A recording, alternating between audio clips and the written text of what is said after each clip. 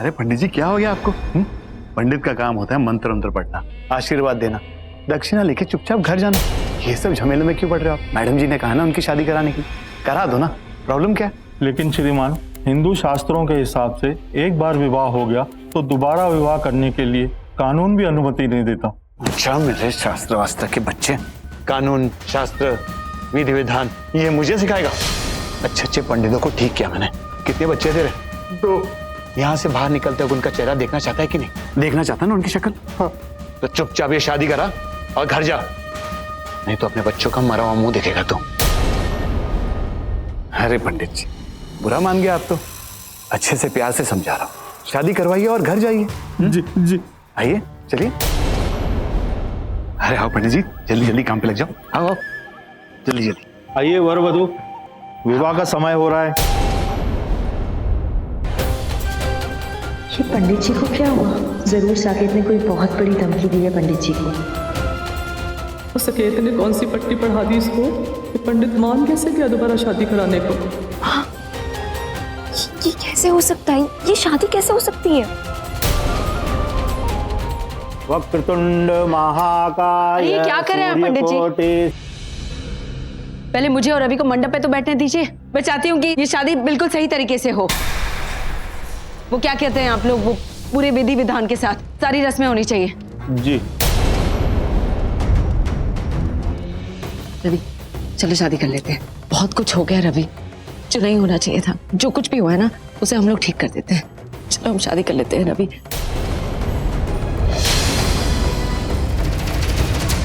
मैं जानती हूँ जो कुछ भी हुआ है उससे तुम भी उतने ही शॉक्ड हो जितने ही मैं शॉक्ड हूँ। जिसने भी ये सब किया है ना उसे तो मैं बाद में देख लूंगी। अभी फिलहाल सारी रस्में पूरी कर देते हैं, ठीक है? कब?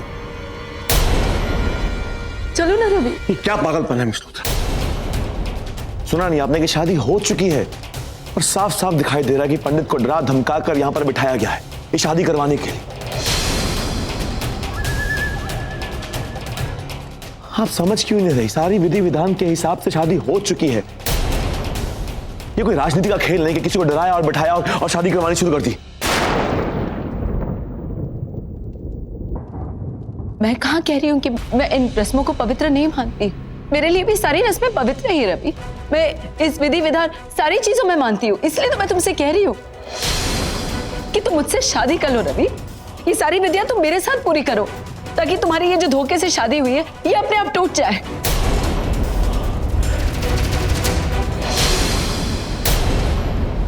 मैं क्या गलत कर रही हूँ? एक बार ध्यान से सुन लो तुम रवि। कोई क्या सोचता है मुझे उससे कोई फर्क नहीं पड़ता। कोई चाहे ना चाहे, माने ना माने, मैं तुमसे ये शादी करके रहूंगी।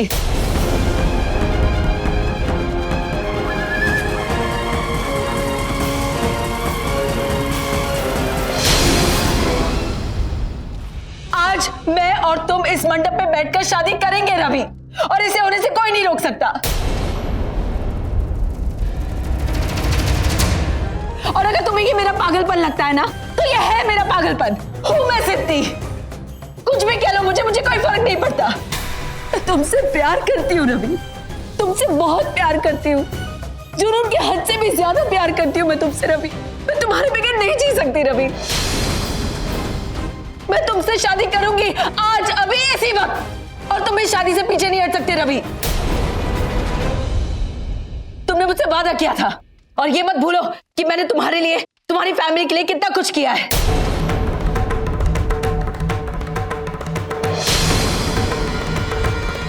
क्या कहा आपने?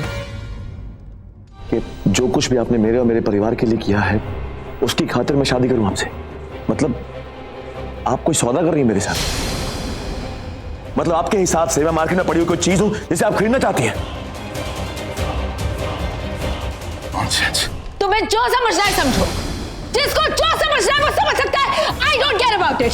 सगाई की जल्दी तुम्हें ही थी ना, तुम ही चाहते थे ना कि ये शादी हो, तो फिर जो कुछ भी हो रहा है उसमें गलत क्या है बताओ? या फिर वो सब एक नाटक था तुम्हारे लिए? मैं भी तो यही चाहती हूँ कि आज तुम्हारी और मेरी शादी हो जाए, तो इसमें गलत क्या है? अगर तुमने जो कहा ना रवि उसमें जरा सी भी सच्चाई है तो आज तुम्हें साबित करना होगा तुम्हारे लिए ज्यादा मायने क्या रखता है।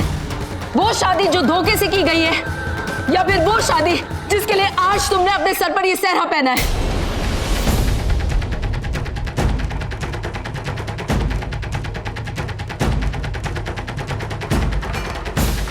रवि चुप क्यों है? कुछ बोल क्यों नहीं रहा? बस कीजिए। ये क्या बोल रही है? हाँ, कब से अपनी बातें सुनाए जा रही है। हम सब ने जो देखा वो उसे भी अनदेखा कर रही हैं आप। जो सच है उसे मानने के लिए तैयार ही नहीं है। अंबिका और रवि की शादी हो चुकी है निवेदिता, और यही सच है। ये कोई बच्चों का खेल नहीं है निवेदिता, जिसे आप दोबारा खेलना चाहें। मांग में सिंदूर और गले में मंगलसूत्र हिंदू धर्म की मान्यता है और जीवन भर के साथ की निशानियां हैं ये। इसे आप घंटे 2 घंटे में बदल नहीं सकती। समझ में आ रही है आपको? यहाँ जो कुछ भी हुआ है ये इस अग्नि को साक्षी मानकर हुआ है। आप भले हम में से किसी के भी गवाही को माने या ना माने, पवित्र अग्नि की गवाही को आपको मानना ही होगा। इसे आप नहीं नकार सकते।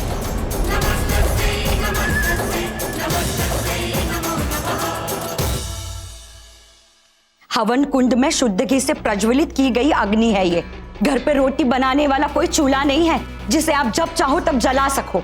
आप शायद इस बात को नहीं जानते। इसी अग्नि को ईश्वर की प्रतिनिधि माना जाता है। हम जो कुछ भी इस हवन में अर्पण करते हैं ना, वो यही अग्नि साक्षात ईश्वर को प्राप्त कराती है।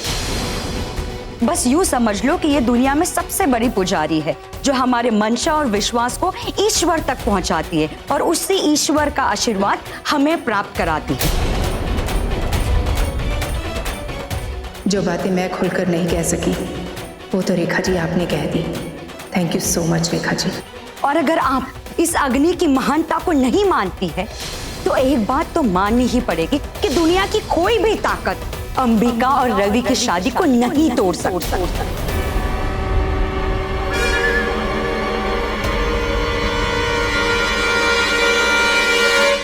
नहीं मानती मैं इस सब बकवास में। और आप क्यों इतना लेक्चर दे रही है मुझे? मैं क्या गलत कर रही हूँ?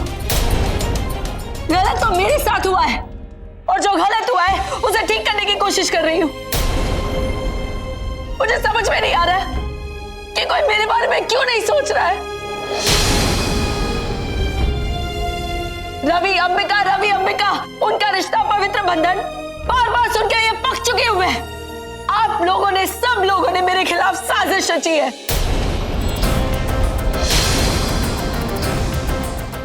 आप में से कोई नहीं चाहता था कि मेरी रवि के साथ शादी हो।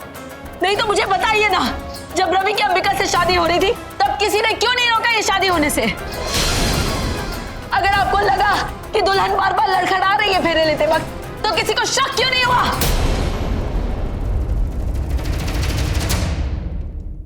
क्यों नहीं गया कोई मंडप पर उसका घूंघट उठा के देखने के लिए कि कौन बैठी है मेरी जगह पे वहां पर?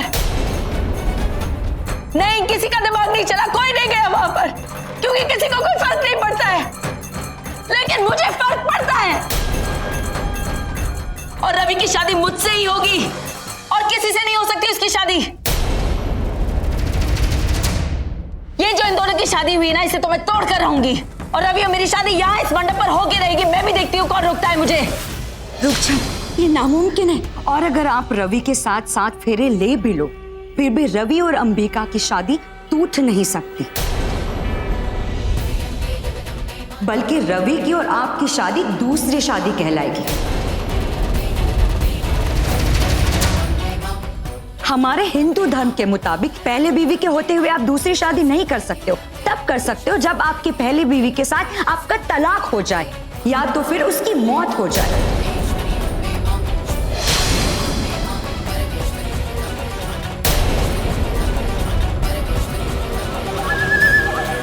और अगर आप दूसरी शादी कर भी लो तो ना ही आपको धर्म की मंजूरी मिलेगी और ना ही कानून की, क्योंकि दुनिया की नजर में जायज और पहली बीबी सिर्फ और सिर्फ अंबिका कहलाएगी, निवेदिता नहीं।